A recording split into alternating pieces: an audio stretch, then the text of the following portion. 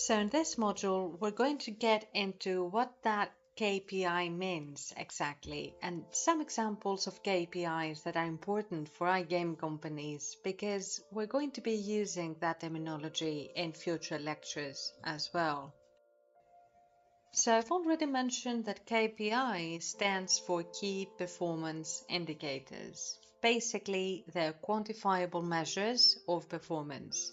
It's a way to provide targets to shoot for, milestones to gauge progress, and insights that help people and companies make their better decisions. Successful businesses make decisions based on data. Any step you take without weighing all the relevant information could just as easily take you down the wrong path as the right one. And you might not even realize you're lost until it's too late. Every online casino business needs benchmarks to measure its progress. Key performance indicators can show business owners what they're doing right and what they're doing wrong. Here are some of the most important online casino KPIs we can use to analyze and improve the business. So different companies might use slightly different abbreviations and different departments will pay attention to different KPIs, as happens in every company. Marketing will pay attention to KPIs related to the affiliate's performance, and finance will of course pay attention to revenue KPIs. But in this slide, I've included some of the KPIs that show how the company is doing on a day-to-day basis. You can also find a downloadable glossary under this module, which could be useful to you if you ever run into an abbreviation you're not familiar with.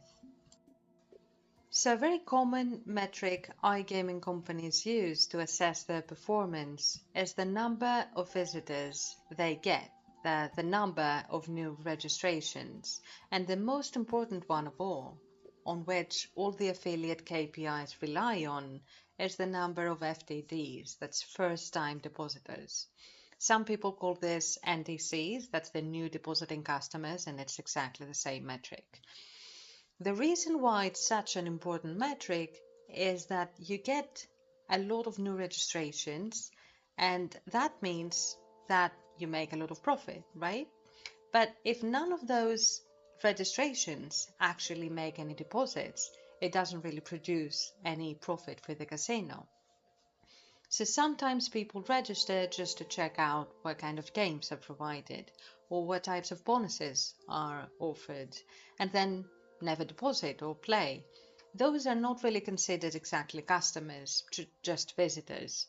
And in most cases, the number of FTDs is what determines your affiliate's influence and eventually compensation. Now, on to the next one is gross gaming revenue. It's GGR, which on its face is a very simple metric. It's the amount players wagered minus the amount they won. However, GGR does not account for payouts such as bonuses. For example, if throughout the year players wager a total of 3 million and win a total of 2.5 million, that casino's performance, that casino's GGR for that year is $500,000. That's $500,000. But this number excludes the value of sign-up and deposit bonuses. So GGR is a pure measurement of the results of the game. It shows how much the casino won or how much the players lost over a given time period. There could be a number of different causes for a decline in GGR, and it won't always be clear which one of them is affecting your casino's performance. Two good starting points are bringing in more players and encouraging the ones you already have to spend more. Employing promotions such as tournaments, jackpots, free spins, and bonuses can encourage new players to sign up and players with existing accounts to make new deposits and play. But you have to be careful. It's absolutely necessary to have clear, well thought out terms and conditions to prevent bonuses from being abused. Net gaming revenue, or NGR, is gross gaming revenue minus bonuses, chargebacks, commissions paid to payment system providers, royalties paid to game content providers, licensing fees, and taxes. Basically, NGR offers a comprehensive picture of an online gambling project's performance, and it's one of the most commonly used terms in the industry. NGR gives a quick, neat summary of an online casino's performance. The figure is more in depth than GGR and taking a wider variety of costs into account. GGR and NGR are both very commonly used KPIs, and not just at the level of individual businesses. GGR is used at the national, regional, and worldwide level, as well as on a product by product basis. For example, the regulatory bodies like United Kingdom Gambling Commission, the UKGC, track the growth of the industry by compiling the GGR of all the licensed casinos operating in the UK. The European Gaming and Betting Association, the EGBA, tracks the size of the gambling industry within the 25/7 nation bloc with the GGR. And data analysis firms will also measure the gross gaming revenue of specific products like live dealer games or sports betting.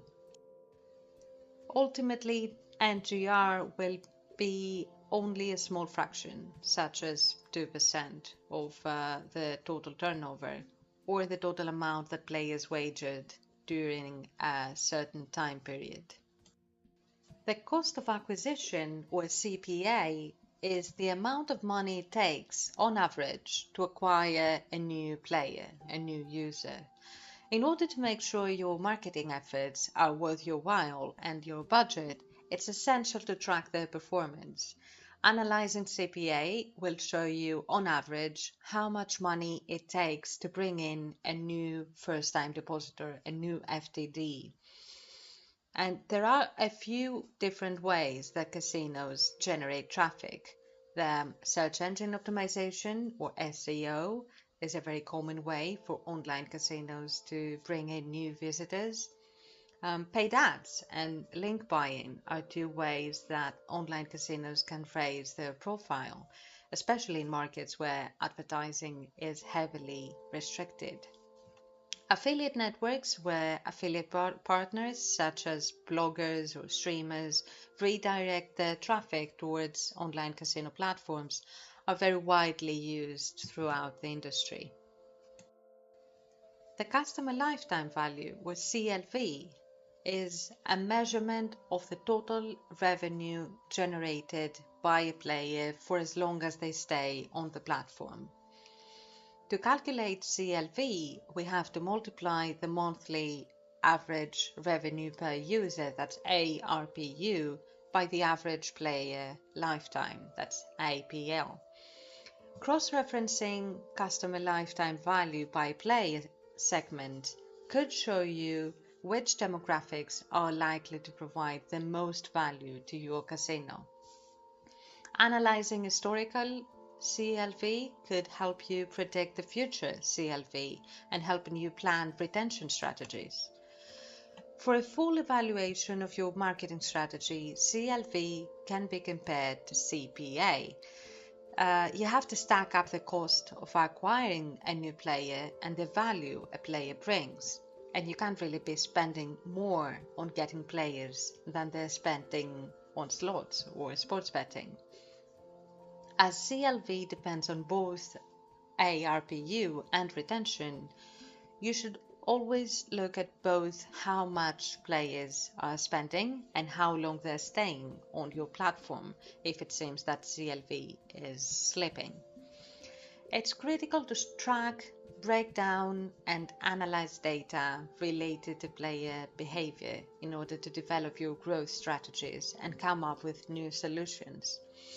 Online casinos KPIs like this ones we've just discussed give online casino operators the different lenses they need to look into or to look through for a clear picture of how their business is doing.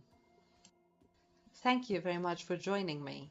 Now, the next and last item left on the list for you to complete this section of the course is a quiz around the topics we've discussed so far, like how casinos make money, the house advantage, and the KPIs we just covered. Good luck, and I'll see you on the next section where we will talk about all the different products that iGaming companies offer.